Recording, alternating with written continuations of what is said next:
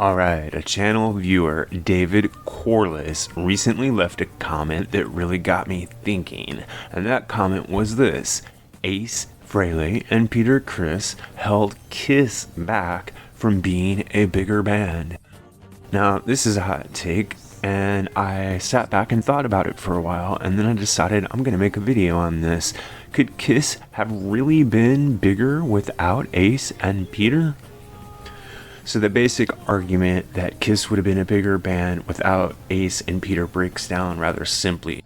First of all, a lot of fans and commentators argue that Paul and Gene were right to criticize Ace and Peter's playing, primarily due to the fact that Peter and Ace had weaker work ethics and they were more into partying than into making music, and that the band would have just been overly more professional without them. Now, add to this that there are so many documented criticisms from Paul and Gene about the actual music ability of both players. So you'll hear him say, it's very difficult to move forward when two of the people are like, at times, like flat tires. You're trying to move forward. If you search out clips, you can easily find them where Paul says things like Peter Criss couldn't carry a tune if he had a bucket. Or Gene Simmons says something like Ace basically contributed nothing to the band in its later years, and that his playing sank down to the club level. So they accused Peter and Ace of being sloppy players who basically missed rehearsals and didn't have deep musical knowledge and didn't really have a work ethic and couldn't care less about the band. Now, finally, there's the fact that Kiss has actually logged more time with replacement members than with the classic lineup. So there is some logic to the idea that the band survived just fine after Ace and Peter left. So that's the basic argument, that Ace and Peter were subpar professionals and that Ace and Gene could have easily found people to take their place. Now, here's the counter argument. If you look at old live clips from the 1970s that are widely available here on YouTube of Kiss during their heyday, they tell a very different story. In clip after clip, you can see Ace and Peter performing at a very high level, and this is pre-CGI days. The clips haven't been doctored, some of them are very raw, and the one thing that remains consistent throughout each one of them is that Ace and Peter deliver professional performance, if not inspired performances, again and again. Now, there's also the fact that Eddie Kramer once said, famously, that Ace Frehley was the, quote, soul of Kiss, end quote. And that was not just a matter of nostalgia, that was a professional evaluation from one of the greatest producers that ever worked with the band. And the reason that he said that is because Ace had that true rock and roll spirit. He also had that true honest sound to his playing, and he was a professional who delivered in the studio as well as on the stage.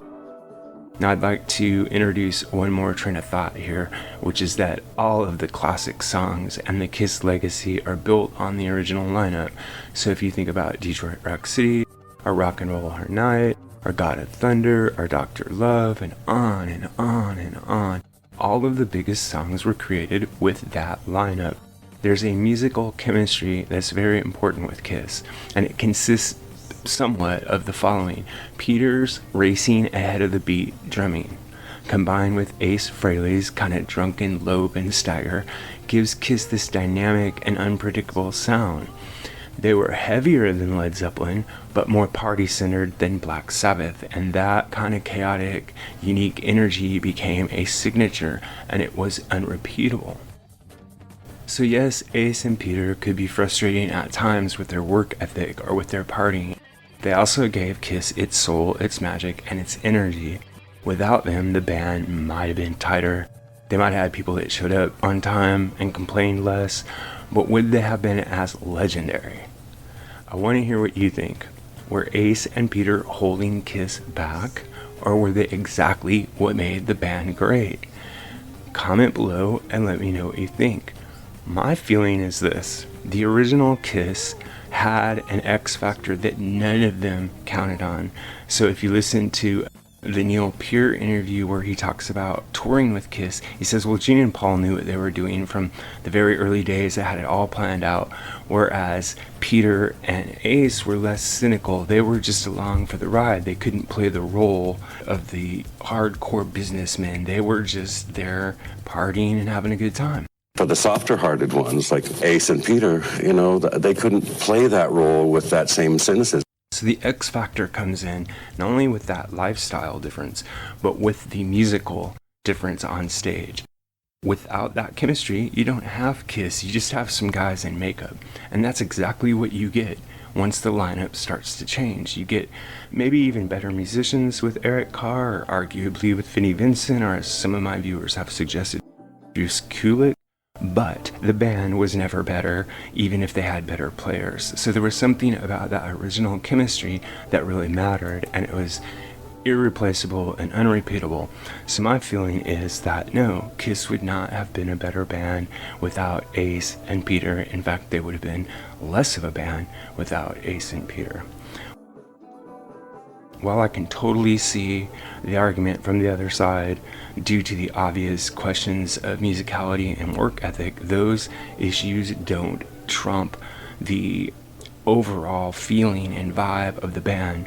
And I defy anyone to make a coherent argument that Kiss was a better band in the 1990s than they were in the 1970s. If you can make that argument, and you can make it well, then you basically are demonstrating that Kiss was a better band without Ace and Peter. But if you can't make that argument, and that's my position, then you have to concede that there was something about the presence of Ace Frehley and Peter Criss that was necessary for Kiss to establish its identity. And in fact, you could go a step further and argue that that spark that those two players gave to the band is something that the other two guys have been feeding off of all of this time, even after the other two guys were no longer in the band. Of course, you can also argue that the other two guys didn't have spectacular success outside of Kiss, but that's a topic for another video. For the matter of this one, let's just say I'm going to take the position that Kiss was better with the addition of Ace Frehley and Peter Criss, and I don't think there were any other players that could have taken their place in the early days.